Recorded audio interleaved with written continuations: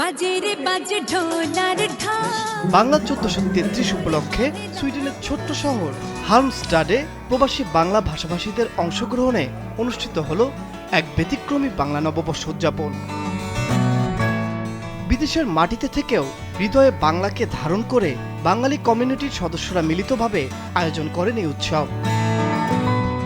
গত 18 এপ্রিল আয়োজিত এই অনুষ্ঠানে ছিলেন তন্ময় রহমান, মৌমিতা শারমিন, ইমরান হোসেন, দেলোয়ার হোসেন সহ আরও অনেকেই।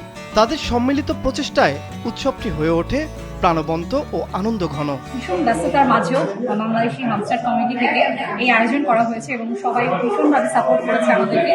আয়োজনে ছিল নানা ধরনের বাঙালি খাবারের সমাহার, পাশাপাশি খেলাধুলার প্রতিযোগিতা ও অংশগ্রহণকারীদের জন্য রাখা হয় আকর্ষণীয় উপহার। এছাড়া জমজমাট বাংলা গানের পরিবেশনায় পুরো আয়োজন পায় ভিন্ন মাত্রা। আয়োজকরা জানান, প্রতি বছরই পয়লা বৈশাখ উপলক্ষে কর্মব্যস্ত জীবনের ফাঁকে সবার সুবিধা মতো সময় বের করে একত্রিত হয়ে উৎসবমুখর পরিবেশে এই আয়োজন করা হয়। মাছরাঙ্গা নিউজ ডেস্ক।